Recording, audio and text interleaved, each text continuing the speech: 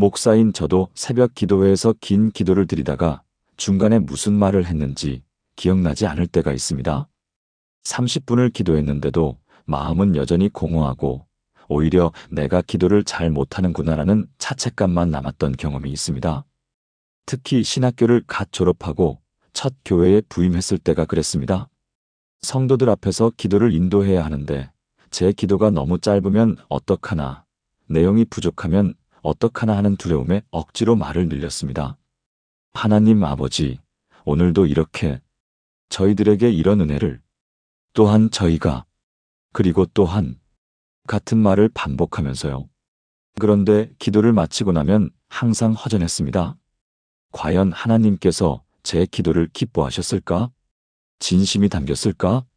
아니면 그저 사람들에게 보여주기 위한 종교적 형식에 불과했던 건 아닐까? 그런 고민 속에서 저는 성경을 다시 펼쳤습니다. 그리고 깜짝 놀랄 만한 사실을 발견했습니다. 성경에 기록된 가장 강력한 기도들은 대부분 놀라울 정도로 짧았다는 것입니다. 주여, 저를 불쌍히 여기소서. 단 한 문장으로 구원받은 세리. 주여, 저를 구원하소서. 세 마디로 물 위를 걸었던 베드로. 주여, 나를 기억하소서. 한 문장으로 낙원을 약속받은 강도. 저는 그제야 깨달았습니다. 하나님은 우리의 긴 기도를 원하시는 것이 아니라 진실한 한마디를 기다리고 계시다는 것을요. 예수님께서도 마태복음 6장 7절에서 분명히 말씀하셨습니다. 너희는 기도할 때에 이방인과 같이 중언부언하지 말라. 그들은 말을 많이 하여야 들으실 줄 생각하느니라. 오늘 여러분과 함께 나누고 싶은 것은 바로 이것입니다. 주님이 정말로 기뻐하시는 기도는 길이가 아니라 깊이에 있다는 진리입니다.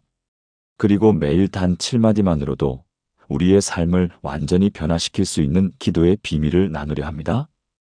혹시 여러분도 기도할 때 이런 부담감을 느끼신 적 있으신가요? 다른 사람들은 1시간씩 기도하는데 나는 10분도 못 채우네. 할 말이 없어서 같은 말만 반복하게 돼. 기도 시간이 짧으면 하나님께 신뢰가 되는 것 같아. 만약 그렇다면 오늘 이 말씀이 여러분의 마음에 큰 자유를 가져다 줄 것입니다. 지금부터 성경이 증거하는 7가지 짧지만 강력한 기도의 비밀을 함께 나누겠습니다. 이 7마디는 여러분의 기도 생활을 완전히 바꾸어 놓을 것입니다. 주여, 저를 불쌍히 여기소서의 기도. 우리는 때때로 기도할 자격이 없다고 느낍니다. 내가 이번 주에 성경도 제대로 안 읽었는데 기도할 면목이 없어. 이렇게 죄를 짓고 어떻게 하나님 앞에 나가지?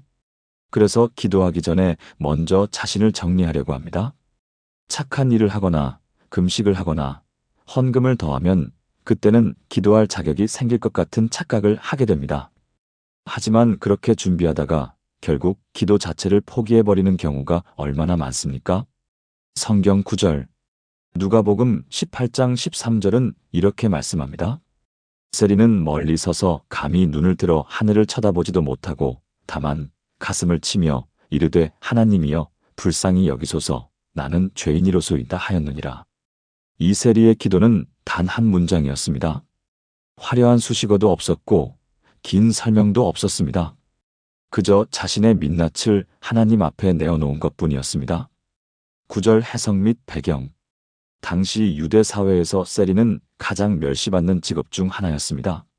로마 제국을 위해 동족으로부터 세금을 거두는 배신자로 여겨졌고 게다가 그들은 정해진 세금보다 더 많이 거두어 자신의 주머니를 채우는 것으로 악명 높았습니다.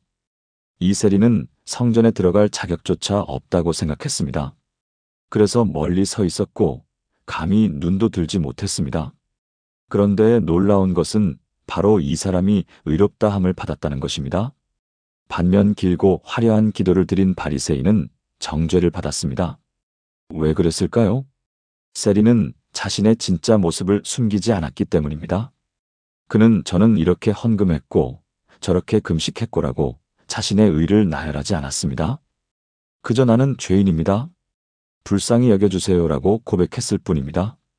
하나님은 바로 이런 기도를 기다리십니다. 포장되지 않은 가식 없는 진실한 고백 말입니다. 현실 적용 방법. 오늘 아침 눈을 뜨면 이렇게 기도해 보세요. 주님, 저를 불쌍히 여기소서. 그것만으로 충분합니다. 긴 설명이 필요 없습니다. 어제 무엇을 잘못했는지 일일이 나열하지 않아도 됩니다. 주님은 이미 다 아십니다. 그저 여러분의 연약함을, 부족함을, 죄성을 인정하고 주님의 긍휼하심을 구하는 것입니다. 출근길 지하철에서도 설거지하면서도 이 한마디면 충분합니다. 주여, 저를 불쌍히 여기소서. 이것이 모든 기도의 시작입니다. 구체적 사례. 작년 여름, 우리 교회 한 집사님이 찾아오셨습니다. 70대 중반의 연세였는데 평생 교회를 다녔지만 최근 1년간 기도가 막혔다고 하셨습니다. 목사님, 저는 교회를 50년 넘게 다녔어요. 그런데 요즘은 기도할 때마다 제 자신이 너무 더럽게 느껴져요. 이 나이에도 여전히 미운 사람이 있고 시기하는 마음이 있고 자식들에게 화를 내요. 이런 제가 어떻게 하나님께 기도할 수 있겠어요? 저는 그분께 이 세리의 기도를 나누어 드렸습니다. 그리고 한 달간 매일 아침 이 한 문장만 기도하시라고 권했습니다. 주여, 저를 불쌍히 여기소서. 한 달 후 그분이 다시 오셨을 때 표정이 완전히 달라져 있었습니다. 목사님, 제가 평생 기도를 잘못하고 있었어요. 하나님께 제 의로움을 보여드리려고만 했지 제 연약함을 고백한 적이 없었어요. 이제는 하루에 100번도 더 주여, 불쌍히 여기소서라고 기도해요. 그런데 신기하게도 마음이 편하네요. 그렇습니다. 하나님은 우리의 완벽함이 아니라 우리의 솔직함을 원하십니다. 격려 및 다음 연결. 여러분, 오늘부터 이 기도를 시작해 보세요. 아침에 눈 뜨자마자 주여, 저를 불쌍히 여기소서. 힘든 상황이 닥칠 때마다 주여, 저를 불쌍히 여기소서. 이 한마디가 여러분과 하나님 사이에 막혔던 담을 허물 것입니다. 그런데 이것은 시작에 불과합니다. 두 번째 기도는 더욱 놀랍습니다. 주여, 저를 구원하소서의 기도. 삶을 살다 보면 순간적으로 위기가 찾아옵니다. 갑작스러운 건강 악화, 예상치 못한 경제적 어려움, 관계의 파탄, 자녀 문제. 그럴 때 우리는 긴 기도를 드릴 여유조차 없습니다. 머릿속은 혼란스럽고 마음은 공포에 휩싸이고 어떻게 기도해야 할지 말문이 막힙니다. 뭐라고 기도하지? 어떤 말로 시작하지? 그러다가 결정적 순간을 놓쳐버립니다. 성경 구절. 마태복음 14장 30절은 베드로의 급박한 순간을 기록합니다. 바람을 보고 무서워 빠져가는지라 소리질러 이르되 주여, 나를 구원하소서 하니. 베드로의 이 기도는 단 4글자였습니다. 설명도 없었고 이유도 없었습니다. 그저 주여, 구원하소서였습니다. 구절 해석 및 배경. 베드로는 예수님의 부르심을 받고 물 위를 걷고 있었습니다. 처음에는 믿음으로 한 걸음 한 걸음 내딛었습니다. 그런데 갑자기 주변의 거센 바람과 파도가 눈에 들어왔습니다. 그 순간 두려움이 몰려왔고 물속으로 빠져들기 시작했습니다. 이때 베드로에게는 긴 기도를 드릴 시간이 없었습니다. 하나님 아버지, 제가 지금 이러이러한 상황에 처해 있는데요. 이것은 이런 이유 때문이고 라고 설명할 여유가 없었습니다. 그저 본능적으로 외쳤습니다. 주여, 나를 구원하소서. 그리고 성경은 이렇게 기록합니다. 예수께서 즉시 손을 내밀어 그를 붙잡으시며. 즉시입니다. 베드로가 물에 완전히 빠지기 전에 예수님은 즉각 응답하셨습니다. 이것이 우리에게 주는 메시지는 분명합니다. 위기의 순간 우리에게 필요한 것은 긴 기도가 아니라 진실한 부르짖음이라는 것입니다. 현실 적용 방법. 여러분의 삶에도 베드로의 순간이 있을 것입니다.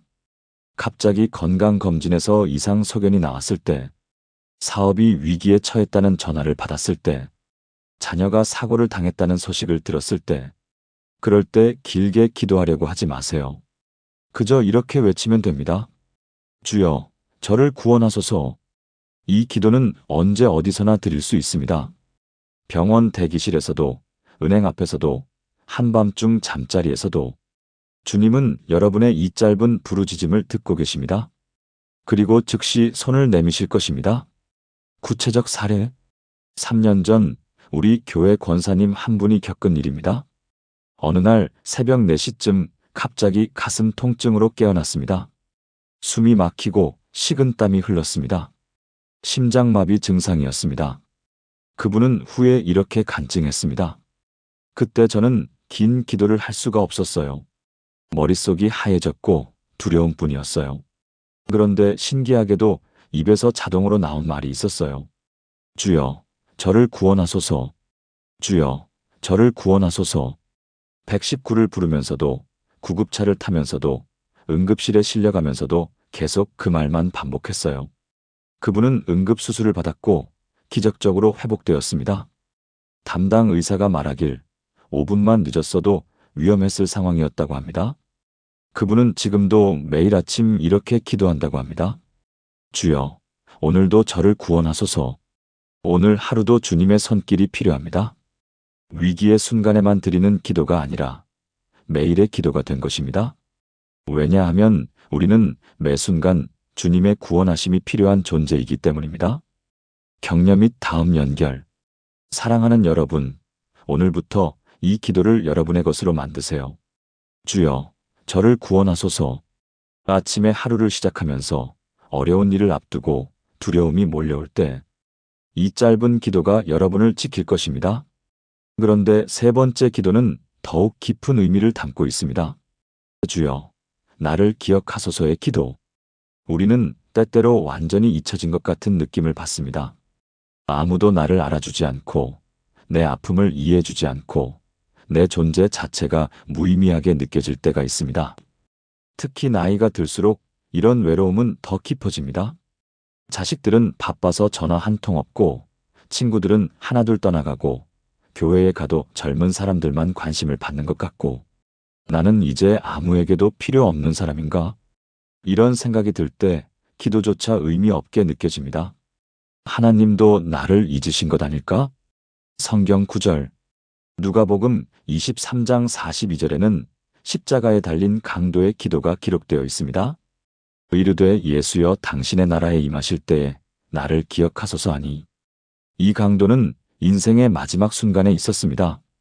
더 이상 할 수 있는 것이 아무것도 없었습니다. 그저 단 한 가지 소원이 있었습니다.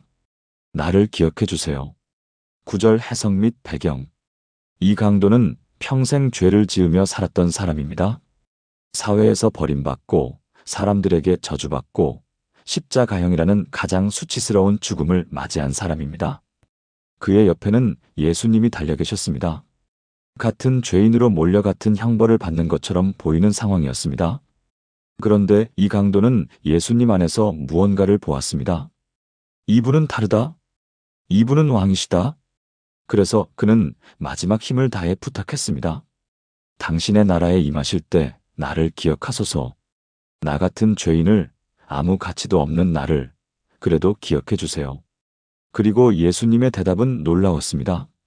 내가 진실로 내게 이르노니 오늘 내가 나와 함께 낙원에 있으리라. 오늘입니다.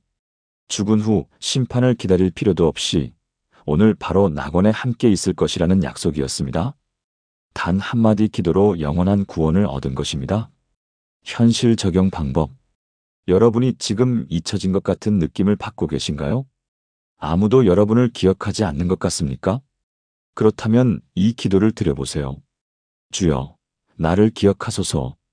주님은 여러분을 잊으신 적이 단 한 번도 없습니다. 이사야 49장 15절에서 하나님은 이렇게 말씀하십니다. 여인이 어찌 그 젖 먹는 자식을 잊겠으며 자기 태에서 난 아들을 긍휼히 여기지 않겠느냐? 그들은 혹시 잊을지라도 나는 너를 잊지 아니할 것이라. 어머니도 자식을 잊을 수 있지만 하나님은 여러분을 절대 잊지 않으신다는 약속입니다. 여러분의 이름이, 여러분의 눈물이, 여러분의 아픔이 모두 하나님의 기억 속에 새겨져 있습니다. 구체적 사례. 한 할머니가 계셨습니다. 남편은 10년 전에 세상을 떠났고 세 자녀는 모두 해외에 살고 있었습니다. 1년에 한두 번 영상통화를 하는 것이 전부였습니다. 요양병원에서 지내셨는데 다른 환자들은 가족들이 자주 찾아오는데 자신만 홀로 있는 것 같아 외로움이 깊었습니다. 어느 날 밤 그 할머니는 창밖의 별을 보며 울었습니다. 하나님, 저를 잊으신 건 아니시죠? 저도 기억하고 계시죠? 그 순간 병실 문이 열리고 한 젊은 간호사가 들어왔습니다. 그리고 할머니에게 다가와 손을 꼭 잡으며 말했습니다. 할머니, 오늘 제가 왜 이 시간에 할머니 병실에 와야 할 것 같았는지 아세요? 기도하다가 자꾸 할머니 생각이 나서 왔어요. 하나님께서 할머니를 사랑하신다고 전하라고 하신 것 같아요. 그 간호사는 크리스천이었고 성령님의 인도하심으로 그 시간에 할머니를 찾아온 것이었습니다. 할머니는 그때 깨달았습니다. 하나님은 자신을 한순간도 잊지 않고 계셨다는 것을. 그리고 이 기도가 할머니의 매일 기도가 되었습니다. 주여, 오늘도 나를 기억하소서. 그리고 주님이 나를 기억하고 계심을 제가 느낄 수 있게 해주소서. 격려 및 다음 연결. 여러분도 외로우신가요? 잊혀진 것 같으신가요? 그렇다면 지금 이 기도를 드려보세요. 주여, 나를 기억하소서. 주님은 지금 이 순간에도 여러분을 기억하고 계십니다. 여러분의 이름을 부르고 계십니다. 그리고 네 번째 기도는 더욱 놀라운 능력을 가지고 있습니다. 주여, 제게 자비를 베푸소서의 기도. 우리는 때때로 자신의 잘못으로 인한 결과 앞에서 절망합니다. 내가 저지른 일인데 어떻게 용서받을 수 있을까? 이미 너무 많이 망쳤는데 회복이 가능할까? 과거의 실수, 어리석은 선택, 지은 죄들이 현재를 짓누릅니다. 그리고 우리는 생각합니다. 이건 내가 받아야 할 대가야. 감수해야 해. 그러면서 하나님의 자비를 구하는 것조차 주저하게 됩니다. 내가 무슨 자격으로 자비를 구해? 성경 구절.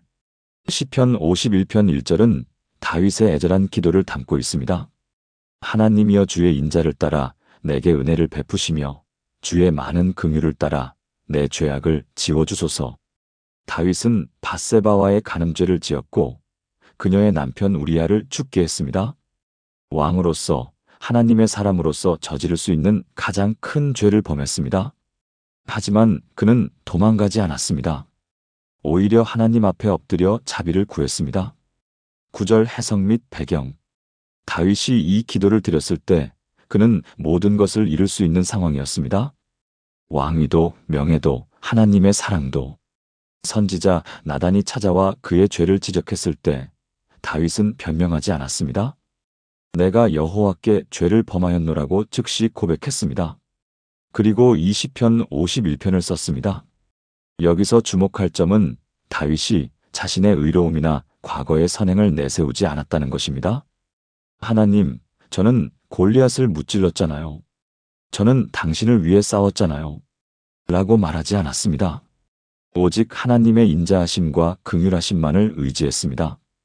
주의 인자를 따라, 주의 많은 긍휼을 따라, 자신의 자격이 아니라 하나님의 성품에 근거한 기도였습니다. 그리고 하나님은 이 기도를 들으셨습니다. 다윗을 용서하셨고 회복시키셨습니다.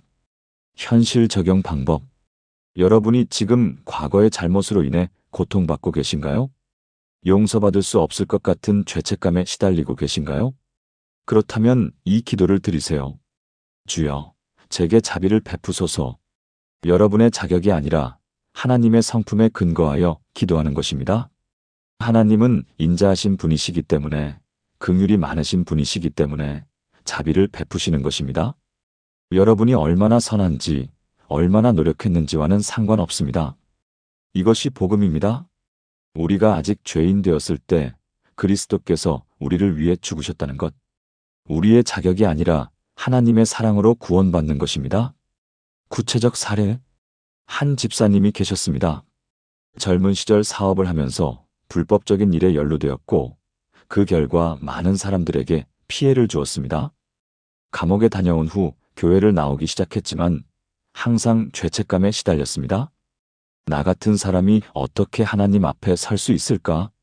10년을 교회에 다녔지만 한 번도 성찬식에 참여하지 못했습니다. 나는 자격이 없어. 그러던 어느 주일 설교 중에 이 시편 51편 말씀이 선포되었습니다. 하나님이여 주의 인자를 따라 내게 은혜를 베푸시며. 그때 그분의 마음에 성령님이 말씀하셨습니다. 내 자격이 아니라 내 자비를 바라보라. 그날 그분은 눈물로 기도했습니다. 주여, 제게 자비를 베푸소서. 제 자격이 아니라 주님의 인자하심을 따라 저를 받아주소서. 그리고 그날 처음으로 성찬식에 참여했습니다. 지금 그분은 교도소 선교를 다니며 자신과 같은 처지의 사람들에게 하나님의 자비를 전하고 있습니다. 격려 및 다음 연결. 사랑하는 여러분, 여러분의 과거가 어떻든 상관없습니다. 하나님의 자비는 여러분의 죄보다 더 큽니다. 오늘 이 기도를 드려보세요. 주여, 제게 자비를 베푸소서. 그리고 하나님의 놀라운 용서와 회복을 경험하게 될 것입니다. 다섯 번째 기도는 일상의 모든 순간에 필요한 기도입니다. 주님, 저와 함께해 주소서의 기도. 우리는 큰 일을 앞두고는 기도하지만 평범한 일상에서는 하나님을 잊고 살 때가 많습니다. 아침에 일어나 회사에 가고 집안일을 하고 저녁에 돌아와 잠드는 반복적인 일상. 이런 일상 속에서 하나님은 점점 멀어지고 신앙은 주일 아침 한두 시간으로 제한됩니다. 그러다가 문제가 생기면 그제야 급하게 하나님을 찾습니다. 하나님, 이번만 도와주세요. 하지만 문제가 해결되면 다시 일상으로 돌아가 하나님을 잊어버립니다. 이런 패턴이 반복되면서 우리의 신앙은 점점 형식적이 되어갑니다. 성경 구절. 누가복음 24장 29절은 엠마오로 가던 제자들의 간절한 청을 기록합니다. 그들이 강권하여 이르되 우리와 함께 유하사이다. 때가 저물어가고 해가 이미 기울었나이다 하니 이에 그들과 함께 유하로 들어가시니라. 부활하신 예수님과 함께 걸었던 제자들은 해가 저물자 간청했습니다. 우리와 함께 머물러 주세요. 이것은 단순히 저녁 식사 초대가 아니었습니다. 주님, 떠나지 마시고 저희와 함께 계셔 주세요라는 간절한 기도였습니다. 구절 해석 및 배경. 엠마오로 가던 두 제자는 실망과 좌절 속에 있었습니다. 그들이 소망을 두었던 예수님이 십자가에 못 박혀 죽으셨기 때문입니다. 그런데 부활하신 예수님이 그들과 동행하시며 성경을 풀어주셨습니다. 그들의 마음은 뜨거워졌지만 아직 예수님인 줄은 몰랐습니다. 마을에 가까이 이르렀을 때 예수님은 더 가려는 모습을 보이셨습니다. 그때 제자들이 강권했습니다. 우리와 함께 유하사이다. 강권하여라는 표현에 주목하세요. 간절히 붙들었다는 의미입니다. 제발 가지 마세요. 우리와 함께 계셔주세요. 그리고 예수님은 그들과 함께 머무셨습니다. 떡을 떼실 때 비로소 그들의 눈이 열려 예수님을 알아보았습니다. 만약 그들이 그럼 안녕히 가세요라고 했다면 이 놀라운 경험을 하지 못했을 것입니다. 그들이 주님을 붙들었기 때문에 부활의 증인이 될 수 있었습니다. 현실 적용 방법. 이 기도는 하루 중 어떤 순간에도 드릴 수 있습니다. 아침에 눈을 뜰 때 주님, 오늘 하루 저와 함께 해주소서. 출근길에 주님, 이 길을 함께 걸어주소서. 일터에서 주님, 이 일을 함께 해주소서. 힘든 대화를 앞두고 주님, 이 자리에 함께 계셔주소서. 외로운 저녁 주님, 이 시간을 함께 해주소서. 잠들기 전 주님, 내일도 함께 해주소서. 이 간단한 기도가 여러분의 모든 순간을 거룩하게 만듭니다. 평범한 일상이 하나님과 동행하는 거룩한 시간으로 변화됩니다. 구체적 사례. 한 권사님이 계셨는데 매일 시장에서 작은 가게를 운영하셨습니다. 새벽부터 밤늦게까지 일하시느라 교회 모임에 잘 참석하지 못했습니다. 그래서 늘 죄책감을 느끼셨습니다. 나는 신앙생활을 제대로 못하고 있어.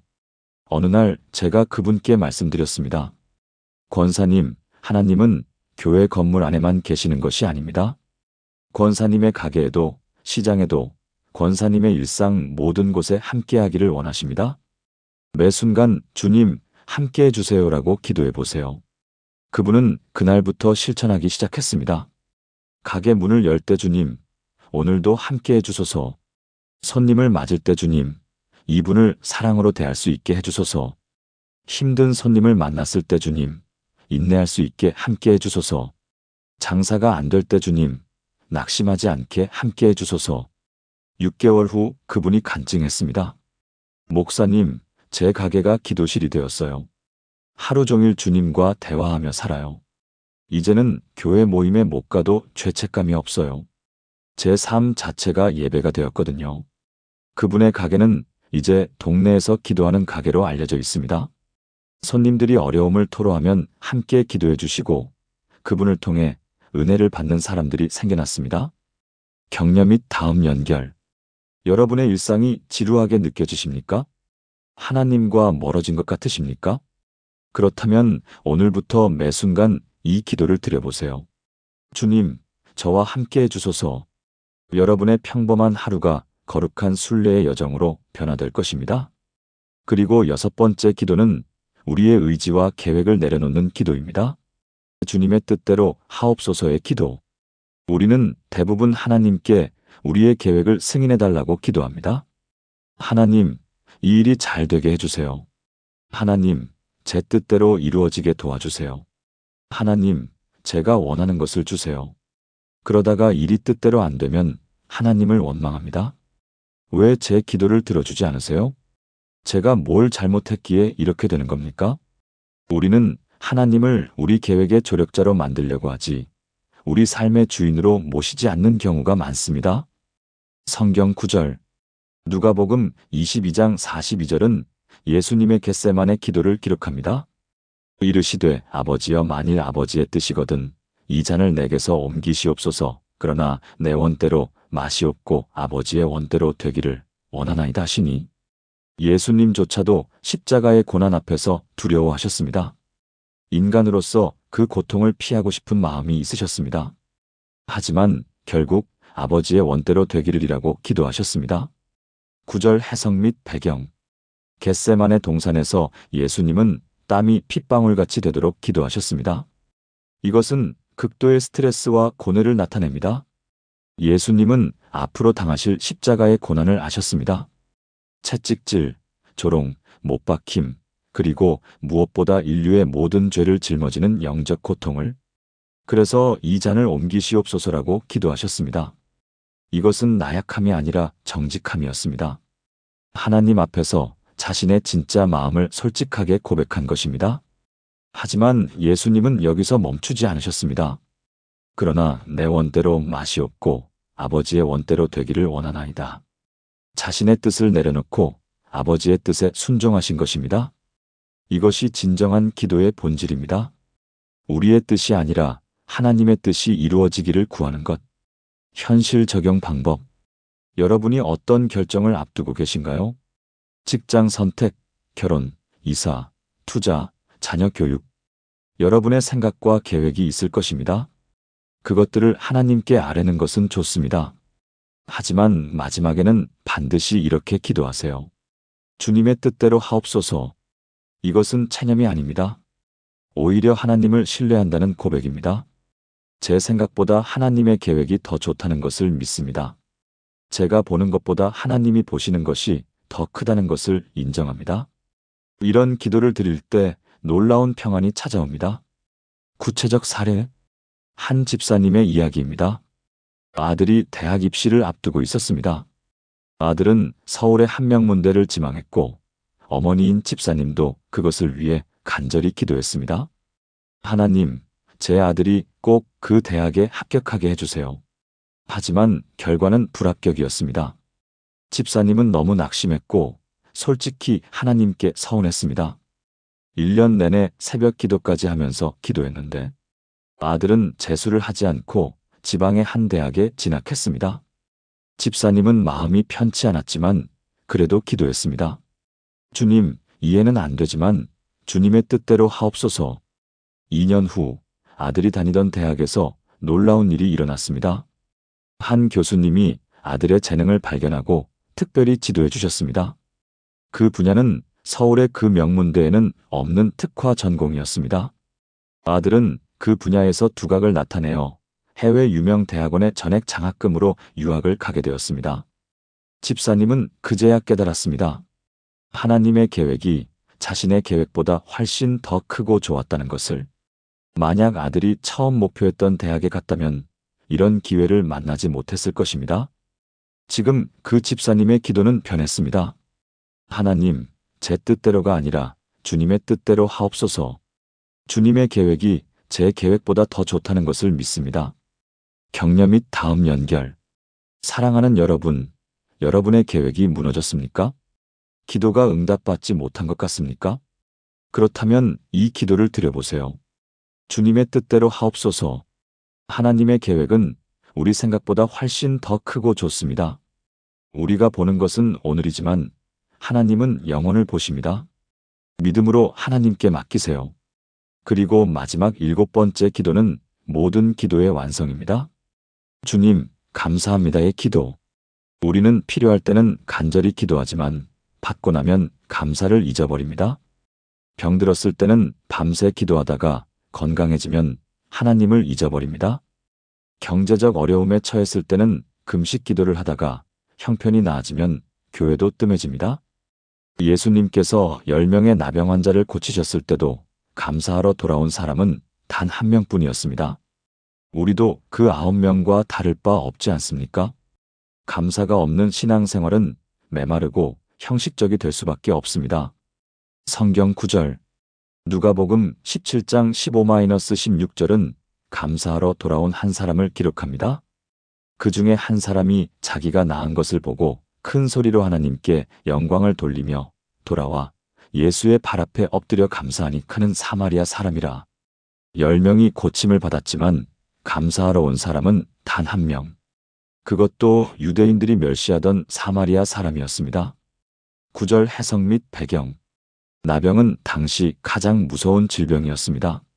단순히 육체적 고통뿐 아니라 사회적 격리, 가족과의 단절, 영적 저주라는 낙인까지 의미했습니다. 나병 환자는 부정하다, 부정하다라고 외치며 사람들을 피해야 했습니다. 이 10명의 나병 환자가 예수님을 만났을 때 예수 선생님이여 우리를 불쌍히 여기소서라고 외쳤습니다.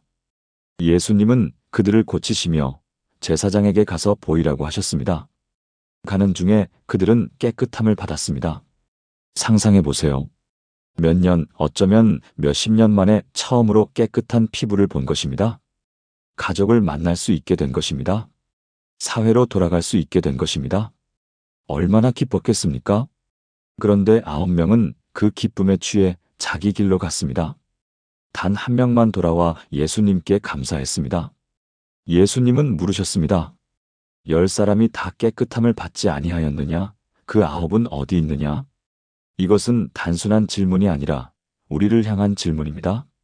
너희는 얼마나 많은 것을 받고도 감사하지 않느냐? 현실 적용 방법. 오늘 하루를 돌아보세요. 얼마나 많은 것에 감사해야 할까요? 아침에 눈을 뜬 것, 숨을 쉴 수 있는 것, 걸을 수 있는 것, 먹을 것이 있는 것, 지붕 아래 잘 수 있는 것. 이 모든 것이 당연한 것이 아닙니다. 병원에 가보세요. 눈을 뜨고 싶어도 뜰 수 없는 분들이 계십니다. 걷고 싶어도 걸을 수 없는 분들이 계십니다. 우리가 누리는 평범한 일상이 누군가에게는 간절한 소원입니다. 매일 자기 전에 이 기도를 해보세요. 주님, 오늘 하루 감사합니다. 단 한 가지가 아니라 3가지를 구체적으로 감사하세요. 오늘 건강하게 일할 수 있어서 감사합니다. 오늘 가족과 함께 저녁을 먹을 수 있어서 감사합니다. 오늘 안전하게 하루를 마칠 수 있어서 감사합니다. 이 작은 습관이 여러분의 삶을 완전히 바꿀 것입니다. 구체적 사례. 한 권사님이 계셨는데 항상 불평불만이 많으셨습니다. 건강도 안 좋고 경제적으로도 어렵고 자식들도 말을 안 듣고 기도 제목은 항상 이것 좀 바꿔주세요. 저것 좀 해결해 주세요였습니다. 그러던 어느 날 교통사고를 당하셨습니다. 다행히 생명에는 지장이 없었지만 몇 주간 병원 신세를 져야 했습니다. 병실에서 옆 침대 환자를 보게 되었습니다. 그 환자는 평생 침대에서 누워 지내야 하는 척수 손상 환자였습니다. 그런데 놀랍게도 그 환자는 항상 감사 기도를 드렸습니다. 하나님, 오늘도 숨 쉴 수 있어서 감사합니다. 하나님, 오늘 간호사님이 친절하게 대해주셔서 감사합니다. 하나님, 창밖에 새가 노래하는 소리를 들을 수 있어서 감사합니다. 권사님은 충격을 받았습니다. 저분은 평생 걸을 수도 없는데 감사한다고 하고 나는 걸을 수 있는데도 불평만 했구나. 태어난 후 권사님의 기도가 바뀌었습니다. 매일 밤 잠들기 전 감사 기도를 드리기 시작했습니다. 처음에는 억지로 하는 것 같았지만 한 달, 두 달 지나면서 신기한 일이 일어났습니다. 똑같은 상황인데 마음이 평안해졌습니다. 여전히 건강이 완전히 좋은 것은 아니었지만 그래도 걸을 수 있어서 감사하게 되었습니다. 여전히 경제적으로 넉넉하지 않았지만 그래도 먹을 것이 있어서 감사하게 되었습니다. 여전히 자식들이 완벽하지 않았지만 그래도 건강하게 자라줘서 감사하게 되었습니다. 상황은 크게 변하지 않았는데 마음이 변한 것입니다. 그리고 신기하게도 마음이 변하니 상황도 조금씩 나아지기 시작했습니다. 격려 및 다음 연결. 사랑하는 여러분, 감사는 모든 기도의 완성입니다. 우리가 구하기 전에 이미 받은 것들이 너무나 많습니다. 오늘부터 매일 이 기도를 드려보세요. 주님, 감사합니다. 감사가 습관이 될 때 여러분의 삶은 기쁨으로 가득 찰 것입니다. 사랑하는 여러분, 지금까지 우리는 7가지 짧지만 강력한 기도를 함께 나누었습니다. 주여, 저를 불쌍히 여기소서. 마이너스 우리의 연약함을 인정하는 기도. 주여, 저를 구원하소서. 마이너스 위기의 순간 부르짖는 기도. 주여, 나를 기억하소서. 마이너스 잊혀진 것 같을 때 드리는 기도. 주여, 제게 자비를 베푸소서. 마이너스 용서와 회복을 구하는 기도. 주님, 저와 함께 해주소서. 마이너스 매 순간 동행을 구하는 기도. 주님의 뜻대로 하옵소서. 마이너스 우리의 계획을 내려놓는 기도. 주님, 감사합니다. 마이너스 모든 것에 감사하는 기도. 이 7가지 기도는 각각 몇 마디에 불과하지만 그 안에는 우리 신앙의 모든 것이 담겨 있습니다. 여러분은 긴 기도를 하지 못한다고 자책할 필요가 없습니다. 30분을 기도해야 한다는 부담감을 가질 필요가 없습니다. 예수님께서 마태복음 6장 7절에서 말씀하셨습니다. 너희는 기도할 때에 이방인과 같이 중언부언하지 말라. 하나님은 우리의 많은 말을 원하시는 것이 아닙니다. 진실한 한마디를 기다리고 계십니다. 세리의 주여, 저를 불쌍히 여기소서. 한 문장이 바리새인의 긴 기도보다 더 큰 응답을 받았습니다. 베드로의 주여, 나를 구원하소서. 한마디에 예수님은 즉시 손을 내미셨습니다. 십자가의 강도는 나를 기억하소서. 한 문장으로 낙원을 약속받았습니다. 이것이 바로 하나님이 원하시는 기도입니다. 길이가 아니라 깊이, 형식이 아니라 진심, 화려한 언어가 아니라 솔직한 고백. 오늘부터 여러분도 이 7가지 기도를 실천해 보시기 바랍니다. 아침에 눈을 뜨면 주여, 저를 불쌍히 여기소서. 오늘도 저와 함께 해주소서. 어려운 일을 만나면 주여, 저를 구원하소서. 외로울 때 주여, 나를 기억하소서. 실수했을 때 주여, 제게 자비를 베푸소서. 결정을 앞두고 주님의 뜻대로 하옵소서. 그리고 하루를 마칠 때 주님, 오늘 하루 감사합니다. 이 짧은 기도들이 여러분의 하루를 거룩하게 만들 것입니다. 여러분의 평범한 일상이 하나님과 동행하는 순례의 여정이 될 것입니다. 더 이상 기도가 부담스럽지 않을 것입니다. 오히려 기도가 숨 쉬는 것처럼 자연스러워질 것입니다. 데살로니가전서 5장 17절 말씀처럼 쉬지 말고 기도하라는 것이 가능해질 것입니다. 긴 기도를 하지 않아도 괜찮습니다. 이 7마디만으로도 충분합니다. 주님은 여러분의 짧은 기도를 기다리고 계십니다. 여러분의 진실한 한마디를 기뻐하십니다. 오늘 밤 잠들기 전에 이 7가지 중 하나를 골라 기도해 보세요. 그리고 내일 아침 눈을 뜨면 또 하나를 기도해 보세요. 한 달만 실천하면 여러분의 기도 생활이 완전히 달라질 것입니다. 더 이상 기도가 의무가 아니라 기쁨이 될 것입니다. 하나님과의 대화가 어색하지 않고 자연스러워질 것입니다. 여러분의 삶 전체가 기도가 될 것입니다. 하나님의 은혜가 여러분과 함께하기를 축복합니다. 여러분의 짧은 기도 하나하나에 하나님께서 응답하시기를 기도합니다. 이 7가지 기도가 여러분의 삶을 변화시키는 능력이 되기를 주님의 이름으로 축원합니다. 여러분도 이 은혜를 경험하고 계시다면 아래 댓글에 아멘이라고 남겨주세요. 그리고 이 영상이 도움이 되셨다면 좋아요를 눌러주시고 주변의 기도로 고민하는 분들과 함께 나눠주시기 바랍니다. 다음 영상에서 또 만나 뵙겠습니다. 하나님의 사랑과 은혜가 여러분과 함께 하시기를 기도합니다. 아멘.